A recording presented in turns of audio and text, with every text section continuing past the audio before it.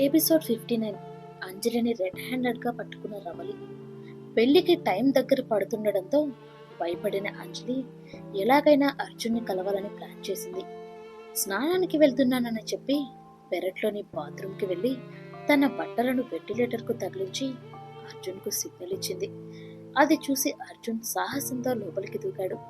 Shower కింద తడిచి ముద్దైన స్థితిలో ఉన్న అంజలిని చూసి అతను ఆగలేకపోయాడు.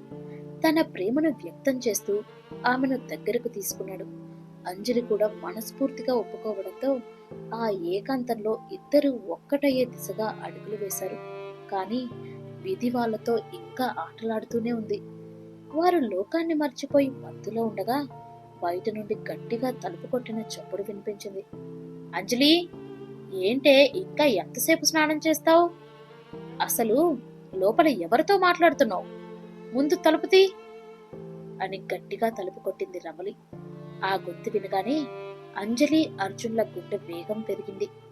వాళ్ళ నరాల్లో ప్రవహిస్తున్న వేడి రక్తం ఒక్కసారిగా గడ్డకట్టుకుపోయింది. బయట రవలి తలుపును బలంగా బాదుతూ, ఏంటే పిలుస్తుంటే వినిపించట్లేదా? తలుపు తీ అంటూ ఆమె కేకలు పెడుతుంటే అంజలికి భయం వేసింది. అర్జున్ వెంటనే తేరుకుని అంజలి వైపు చూసి, ఏదో ఒకటి కవర్ చెయ్యి అని కళ్ళతోనే సైగ చేశాడు. అంజలి గుండె దడదడలాడుతున్నా గొంతు సవరించుకొని, వస్తున్నా అమ్మా, సబ్బు కళ్ళలో పడింది, కడుక్కుంటున్నాను, 2 నిమిషాలాగు అని మేనేజ్ చేసే ప్రయత్నం చేసింది. అక్కడ ఉండడం ప్రమాదమని గ్రహించిన అర్జున్ చప్పుడు కాకుండా బాత్రూంలోని బకెట్ మీద కాలు వేసి వెంటిలేటర్ అందుకున్నాడు. వెళ్లే ముందు కింద ఉన్న అంజలి వైపు తిరిగి ఆమె నుదుటిపై ఒక గాఢమైన ముద్దు పెట్టి, ధైర్యంగా ఉండు, అంతా నేను చూసుకుంటాను అని భరోసా ఇచ్చి కిటికీలోంచి బయటకు దూకి మాయమయ్యాడు. అర్జున్ వెళ్ళగానే అంజలి హడావుడిగా టవల్ చుట్టుకుని వణుకుతున్న చేతులతో తలుపు గడియ తీసింది. అంజలి తలుపు తీయగానే రవలి అనుమానంగా లోపలికి చూసింది. అక్కడ కిటికీ తెరిచి ఉండడమే కాకుండా కింద గోడ మీద చెప్పుల నుండి పడిన బురద మరకలు స్పష్టంగా కనిపిస్తున్నాయి. అంజలి ముఖంలో కనిపిస్తున్న భయం, ఆమె చెరికిన జుట్టు చూడగానే రవలికి విషయం పూర్తిగా అర్థమైపోయింది. ఆమె కళ్ళు కోపంతో ఎర్రబడ్డాయి. వెంటనే అంజలి చెంప పగలగొట్టింది రవలి. ఆ దెబ్బకు చటాక్ మన్న శబ్దం రాగా అంజలి తట్టుకోలేక కింద పడిపోయింది. ఛీ, అసలు నీకు సిగ్గుందా? 3 రోజుల్లో పెళ్లి పెట్టుకొని ఆ పగవాడి కొడుకుతో సరసాలాడుతున్నావా? నీ వేషాలు నాకు తెలియవనుకుంటున్నావా? ఇల్లంతా చుట్టాలున్నారని తెలిసి కూడా ఏకంగా బాత్రూంలోకే పరాయి మగాడిని పిలిచావంటే మన వంశ పరువు గంగలో కలిపావు కదే. మీ నాన్నగాని ఇది చూసుంటే నిన్ను ఇక్కడే ఈ క్షణమే ముక్కలు ముక్కలుగా నరికేసేవాడు అని పళ్ళు కొరుకుతూ అసహించుకుంది రమలి. వేరే దారి లేక అంజలి వెంటనే లేచి తన తల్లి కాళ్ళ మీద పడి, అమ్మా ప్లీజ్ అమ్మా, పెద్దగా మాట్లాడుకు. అర్జున్ నా ప్రాణం, అతను లేకపోతే నేను బ్రతకలేను. దయచేసి ఈ విషయం నాన్నకు గాని అత్తకు గాని చెప్పకమ్మా. వారికి ఈ విషయం తెలిస్తే నన్ను చంపేస్తారు. ప్లీజ్ అమ్మా, నా మాట విను అని వేడుకుంది. కూతురలా తన కాళ్ళ మీద పడి ప్రాధేయపడుతుంటే రవలి మనసు కాస్త కరిగింది. కానీ ఆమెలోని భయం మాత్రం తగ్గలేదు. ఈ విషయం రంగయ్యకు తెలిస్తే ఇల్లు రణరంగం అవుతుందని, పరువు కోసం ఆయన ఎంతటి దారుణానికైనా ఒడిగడతారని ఆమెకు బాగా తెలుసు. ఇక రవలి తన కోపాన్ని అణుచుకుంటూ, ముందు కళ్ళు తుడుచుకో. ఇంకొకసారి ఇలాంటి బుద్ధి లేని పనులు చేశావంటే నీకు వేరే ఎవ్వరూ అక్కర్లేదు, నేనే విషం పెట్టి చంపేస్తాను అని హెచ్చరించి అక్కడి నుండి వెళ్ళిపోయింది. అంజలి అక్కడే నిస్సహాయంగా కూలపడిపోయింది.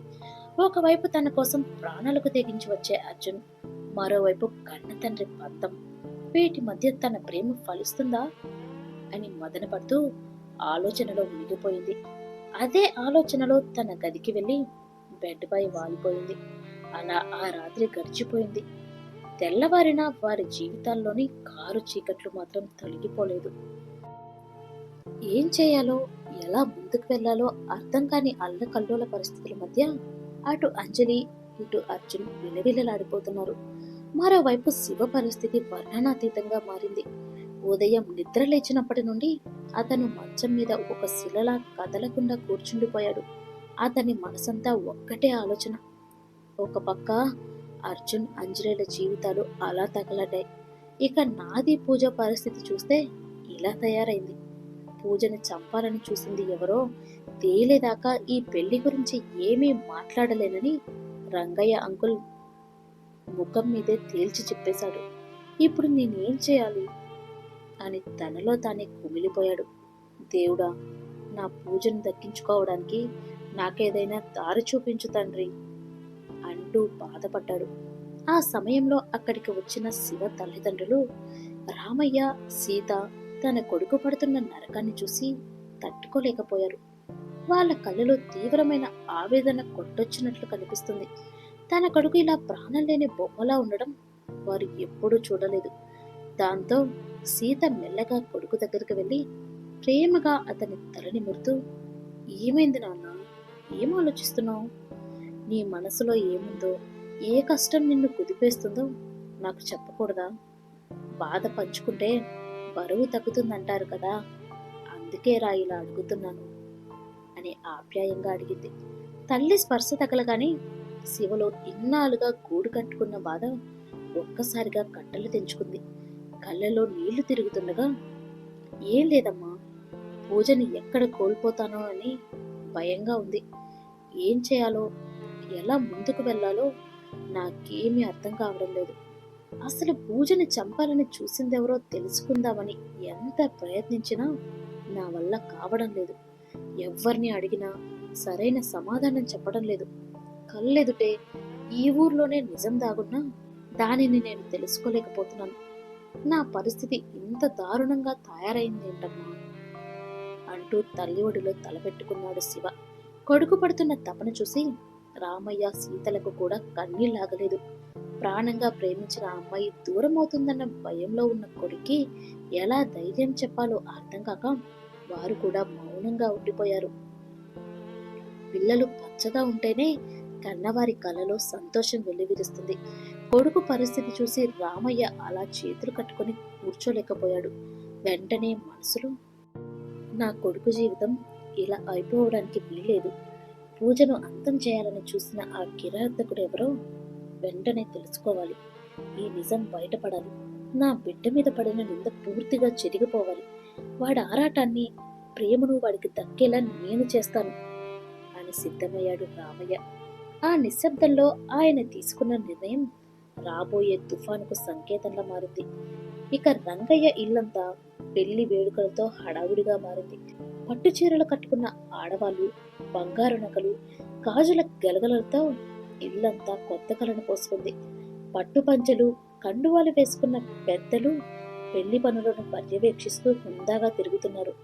ఒకవైపు వచ్చిన చుట్టాలను ఆప్యాయంగా పలకరించేవారు, మరోవైపు బావామర్దళ్ల సరదా వేళాకోళాలతో ఆ ఇల్లు సందడిగా మారింది. ఇక వంటశాల వైపు నుండి గుమగుమలాడే నెయ్యి సువాసనలు ముక్కు పుటాలను తాకుతూ అందరినీ ఊరిస్తున్నాయి. వంట వాళ్ళు రకరకాల స్వీట్లు, పిండి వంటలు తయారు చేయడంలో నిమగ్నమైపోయారు. ఆ హడావుడిని అదునుగా తీసుకున్న పిల్లలు ఎవ్వరికంటా పడకుండా స్వీట్లను దొంగలించి వారిపోతూ నానా హంగామా చేశారు. ఇక రవలికి నిజం తెలిసిపోయింది కదా. ఆమె ఈ విషయం రంగయ్యకు చెప్తే ఏం జరుగుతుందని మీరు అనుకుంటున్నారు? అంజలిని కాపాడుతుందా, లేక పెళ్లికి సిద్ధం చేస్తుందా? తెలుసుకోవాలంటే నెక్స్ట్ ఎపిసోడ్ కోసం ఎదురు చూడండి. మా ఈ స్టోరీ కనుక మీకు నచ్చినట్టయితే వెంటనే లైక్ చేయండి. అలానే మరిన్ని ఇంట్రెస్టింగ్ ఎపిసోడ్స్ కోసం మా ఛానల్ని ఇప్పుడే సబ్స్క్రైబ్ చేసుకోండి. Thank you.